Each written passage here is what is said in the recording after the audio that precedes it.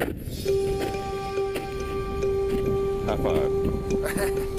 We made it. We made it. This is the entrance to Snow Dragon Cave. Eddie's axe is punched through. What a beautiful, beautiful entrance. This is where it all started. In 2011, a small hole in Mount Hood's sandy glacier lured Eddie Cartaya, Brent McGregor, and a team of explorers into a world as beautiful as it was treacherous. Okay, everything's good. The winter trip we did, if anything had happened, whoever had been injured probably would have died of exposure. This is dangerous cave. There's just no room for error.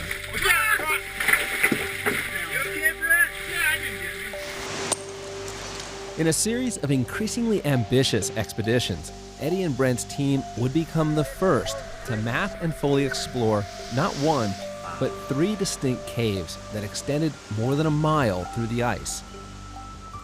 The largest glacier cave system in the lower 48 states had been found just 50 miles from Portland. It's just hard to believe that there's wild places out there that nobody's stepped foot on. But in just a few years, it would all be gone. To walk down memory lane. So we have a ton of coordinates, kind of in this area here. We did the surface survey of this section. Yes. And so we had It was 100 plus. over 100 feet of ice ice. over this thing. In 2013, these images of Snow Dragon became the iconic symbol of the Mount Hood Glacier Caves. Today, a thin cover of snow over bare rocks is all that's left. This is amazing. It's just like a drained swimming pool. It's like how many millions of tons of ice have just ceased to exist. In such a short order. The collapse happened quickly. This wasn't seasonal warming. This was a wholesale retreat of the glacier.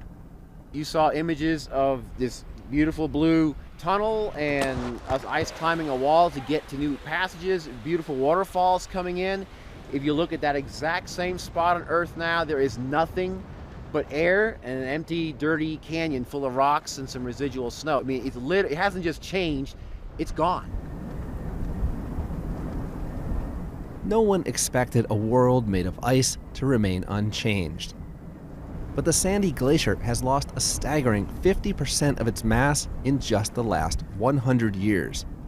So I'll lead in. And When geologist Andrew Fountain trekked to the caves in 2013, he had a bleak take on what was happening. And these giant caverns are a sign the glacier's dying?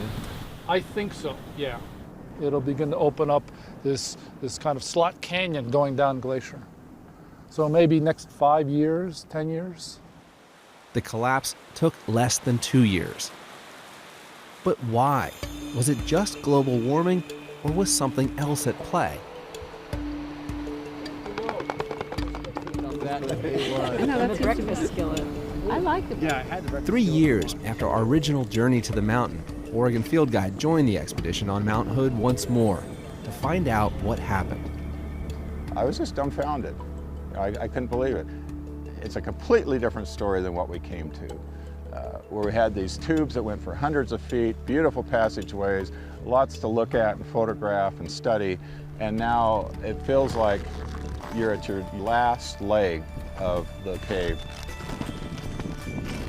The cave known as Snow Dragon is gone, as is most of Pure Imagination Cave, except for some new passages higher up the glacier. The expedition this time includes a team of scientists from Germany. one of our objectives is the first thing in the morning, maybe probably just Andreas and I will go in. A few meters down below.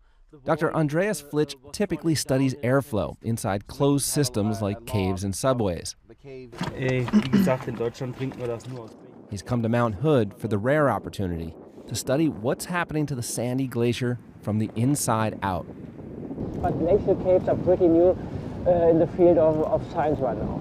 This is a second time this year I come over to do this research. We saw it because it's so exciting to do it right here, and we don't have it in Germany. Just above camp is an enticing new cave opening, but a collapsing and unstable ceiling make it far too dangerous to enter. So the team heads higher on the sandy glacier to look for another way in.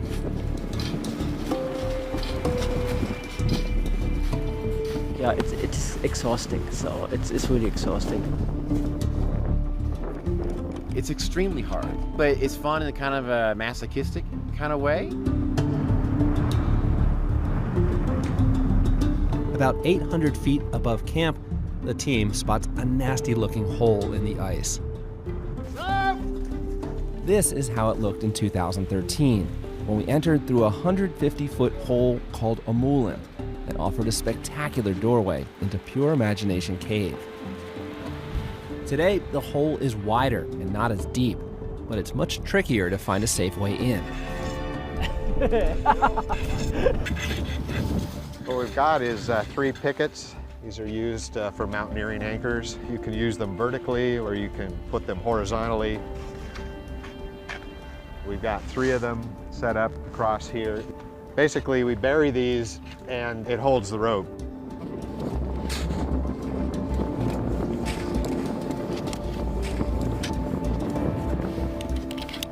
Andreas first, then Brent. So you can go to the back and you can take the anemometer shots. Okay, I'm next. Just give you a check. Look. Okay. The descent into the opening is tricky, with overhanging ice threatening to come down at any moment in the July heat.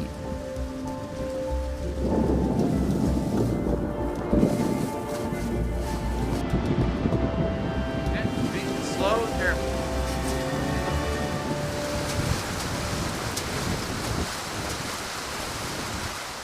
Once inside, Andreas eyes a beautiful cave large enough to house a fleet of school buses. They look like subway tunnels here. They are so huge.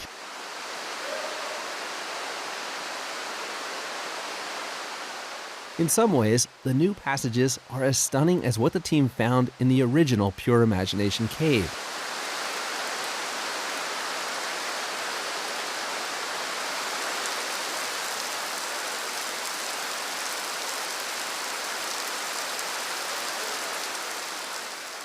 While Eddie and Brent focus on exploring, the main goal of this trip is on science. And Dr. Flitch has brought something which has never been used here before. It's a thermal imaging camera. So here we see the mixing water from the walls coming water out of the ice, which is melt water, which is 32 degrees cold. But the main water here is much too warm. We are up to 40 degrees Fahrenheit. That means this water is heated up by something. This is a stunning find, and within minutes, Andreas locates several more hot springs inside the cave. I found a hot spot here in the water. This is much warmer than the surrounding water.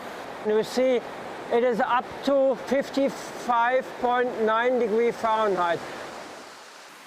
The hot springs Dr. Flitch has found aren't exactly soaking temperature, but they seem to be a clue as to how these caves were created. And then we came to this misty band where the mist, the fog is starting, and then we found really hot spots in the water. In some places, the hot springs measure up to 78 degrees Fahrenheit. It's not surprising to find hot springs on a volcano, and yet these hot springs, hidden beneath the sandy glacier, have never been detected before because no one's ever looked. Der ist ungenau. Ja, hier sind es keine 13 Grad drin, definitiv nicht. We have a lot of cavers in the world. We have just a few climatologists who are doing cave climatology and less people who are doing ice cave climatology, but we have no people, which I know, who are doing glacial cave climatology. You could tell he gets excited about the data and wants to, he says, this is great, we must put data loggers here and there, and this one will interact with that one, and we'll get this awesome model of the climate and what's going on inside the cave. And it's just really fun and exciting to see that. Though the results are preliminary, Dr. Flitch thinks the warm springs may be the first domino in a sequence of events that are causing the caves to grow and then collapse unusually fast. What is the effect of the warm water? So the warm water is flowing through the cave and warms up the air above the water. So this air is moving convectively inside the tunnel and makes the tunnel bigger because we have warm air. And this widens the cave. So the caves are wider, so the entrances are wider. And then more warm air can move into these wide entrances. When we have two openings, we have a chimney effect and sucks the warm air into the cave. And finally, yes, there's global warming. For decades, the average snowfall across Mount Hood's glaciers has been offset by melting during the summer. All of Mount Hood's glaciers are shrinking, and the ice is getting thinner. We're about to start a survey into a new cave that's intersected pure imagination. So it's never been surveyed before, hasn't been explored. So we're gonna just survey right on in and see where it takes us. There is no stopping the collapse of these caves.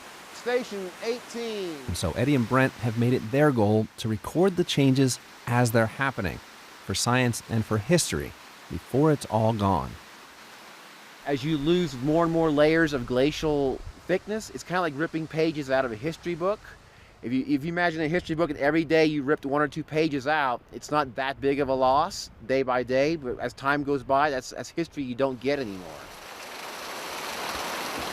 14.5 degrees elevation. When we first started this project, our goal was to map each cave for 5 years. We only got 3 out of Snow Dragon because it collapsed and died before we could finish. Pure imagination, today we finished our 5th study, but we've lost over half the cave. This is what the cave looked like when we explored it in July 2016. Just a few months later, this is all that was left. One more sign that the disintegration of the Sandy Glacier is accelerating, and with consequences no one can anticipate. My idea of how these caves were going to go away and what actually happened was completely different. I don't think I've ever had a project in my life that can remotely compare to what we're seeing up here. So I'm totally committed to staying with this and seeing it to the end.